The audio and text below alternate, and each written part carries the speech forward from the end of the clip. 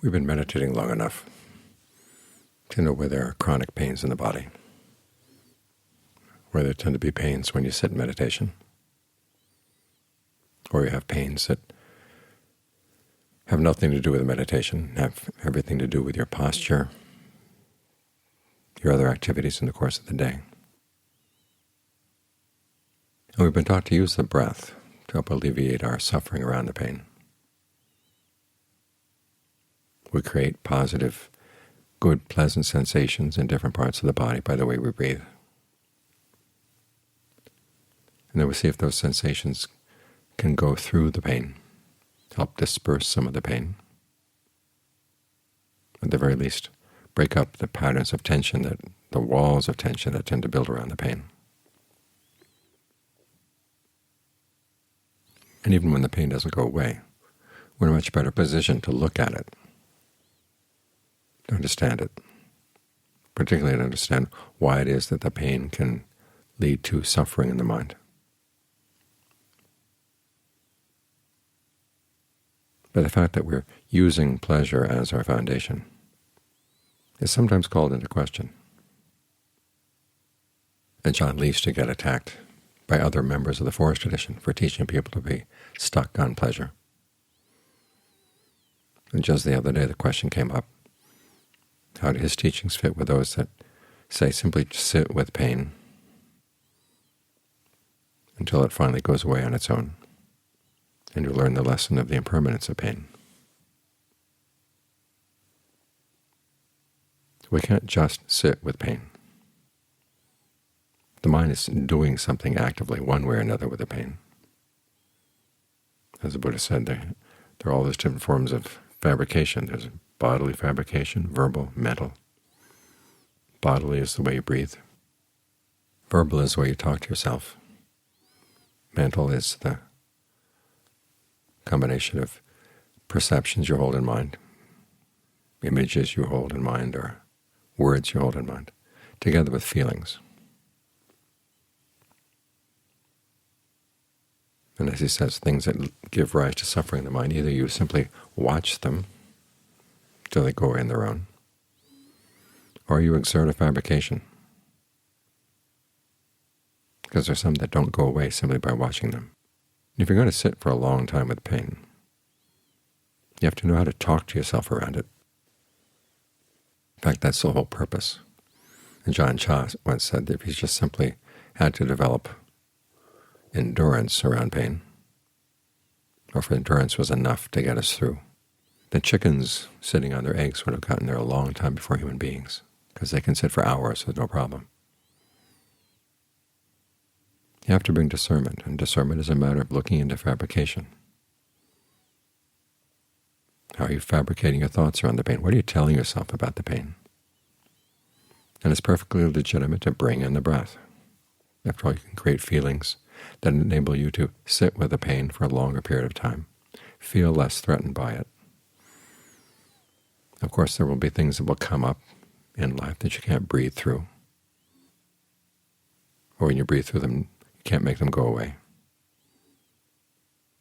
This applies to things outside as much as to things inside, in fact, even more to things outside. When society is in a turmoil, you can't simply breathe through the turmoil and make it go away.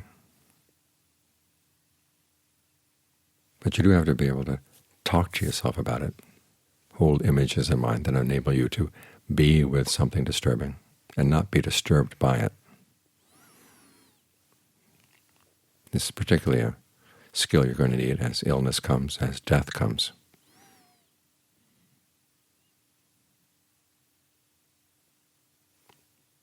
In the meantime, you use all of the qualities of fabrication that you have, all of the opportunities that the process of fabrication in the present moment presents to you, to understand what is it you're doing that's creating the suffering. Because this relates to the Buddha's explanation in the Four Noble Truths.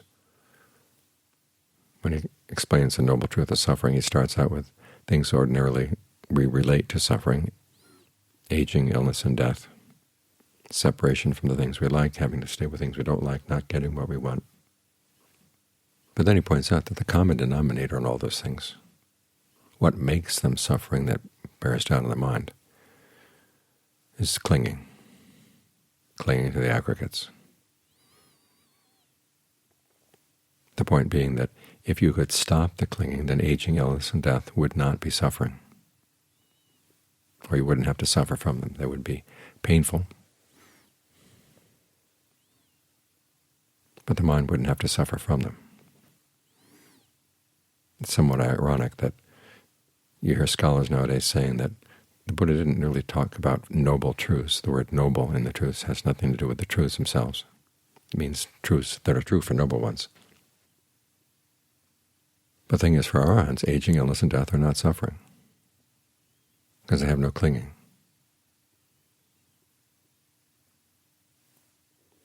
Aging, illness, and death are suffering for us, those of us who have not attained the noble attainments, precisely because we still have clinging. In the Buddha's analysis of causality, his shortest explanation of his awakening, which comes down simply to there's suffering in the present moment that comes from your present actions and suffering that comes from your past actions. And it's the present action suffering that's weighing the mind down, i.e. the fabrications that you're doing. So you want to become sensitive to your fabrications, what you're doing right now, and learning how to work with the breath, work with your perceptions around the breath, work with your perceptions around the elements in the body, earth, water, wind, fire, space. That's going to give you some insight into exactly what you're bringing to the present moment, because you're bringing a lot more to the present moment than you're aware of. And you're not going to find that out until you start exploring.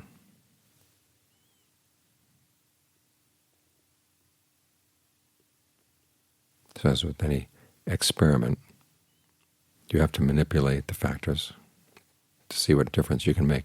So you're going to understand what exactly is a factor that's operating right now.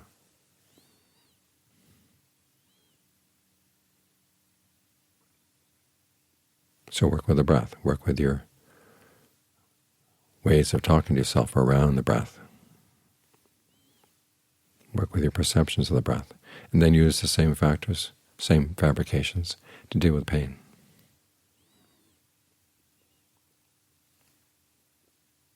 And you find that you can endure a lot more than you could have otherwise.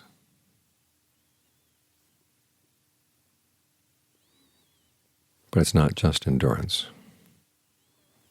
You develop discernment. And discernment into the big troublemaker in the world right now, which is your own mind. The media keep telling us that other people are the big troublemakers. They divert our attention from where the real work is.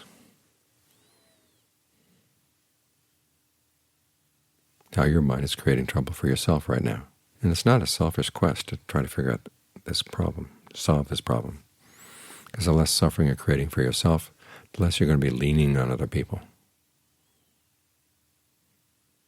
So when the time comes when you are really sick and you are dying, and you can't just breathe through the illness and breathe through the death and make them go away, you'll still have other techniques, other skills, your understanding of what the mind is doing. And those skills will hold you in good stead, because the more sensitive you are to the process of fabrication, the more likely you are to find what's not fabricated. And that's your true refuge.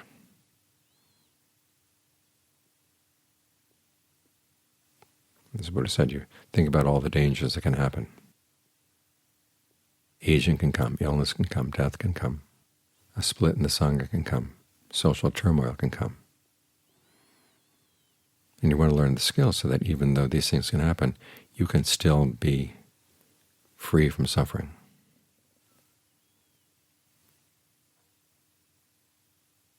So we don't deny that there are problems in the world. We don't think we simply breathe through them or wish our way through them. But there is something that we can attain that is safe from those problems. Something that's not fabricated at all. So if you want to find that, get really skilled at fabricating your way around whatever issues come. If it's pain in the body, learn how to talk to yourself about it, learn how to breathe around it. Issues in the world outside, look at your perceptions, look at the way you talk to yourself.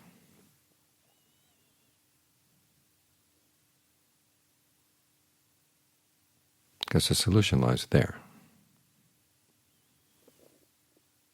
which is why it's so important that you learn how to get familiar with the fabrications and get familiar with this process of causality, where some things are coming in from the past that you can't change.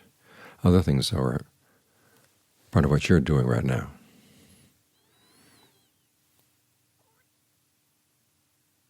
And there you do have some range of choice. And you want to learn how to make the most of that fact.